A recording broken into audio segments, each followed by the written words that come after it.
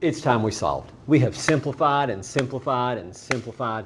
And when you simplify, you don't know what x is. But when you solve, you find out what x is. And we're about to find out what x is. Now, a lot of people get scared of fractions, and so I tell those people, suck it up, Buttercup. But I also tell them, get rid of your fractions by multiplying by your least common denominator. And that is going to work so well. Watch this. Let's multiply by the least common denominator. So just looking at what we have, 6 and 6 and 1, put that or not. The least common denominator is just 6. So we're going to multiply every fraction by 6. Used to do this differently. What was I thinking? Okay, cancel this 6 with that 6. Cancel this 6 with that 6. And nothing really cancels there. So we have x plus 5. And that's equal to 12. Man, this is easy at this point. 7. I'm happy with that if you are. Okay, there's something that just went through my head. Tell you what it is later. Because there's a way that we have to check and make sure it works. But we're not going to play that game on this one. Let's see what lurks in the shadows over here. There you are. I see you lurking.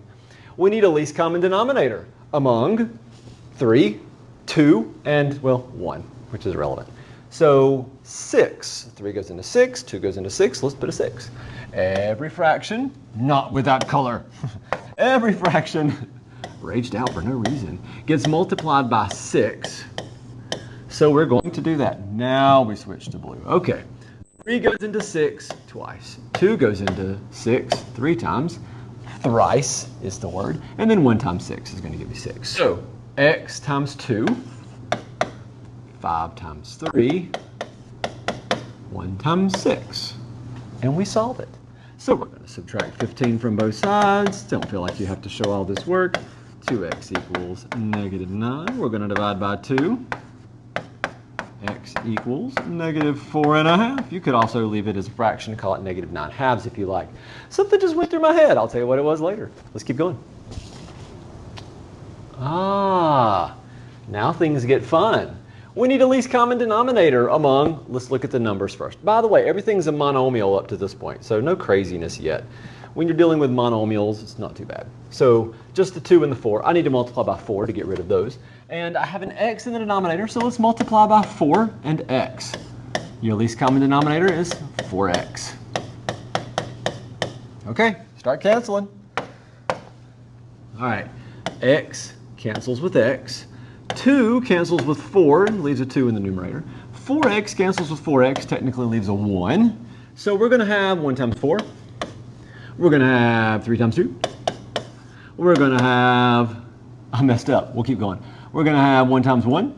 And I have messed up because 10 does not equal 1. So here's what I left off. There was an x dangling around here. There's so much work that happens in these that it's easy to overlook what you're overlooking. And there was a little x that I forgot.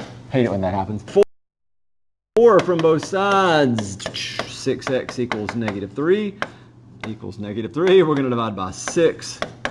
X equals negative 3 halves. That is negative 3/6. That's negative 1 half. There was something that just went through my head.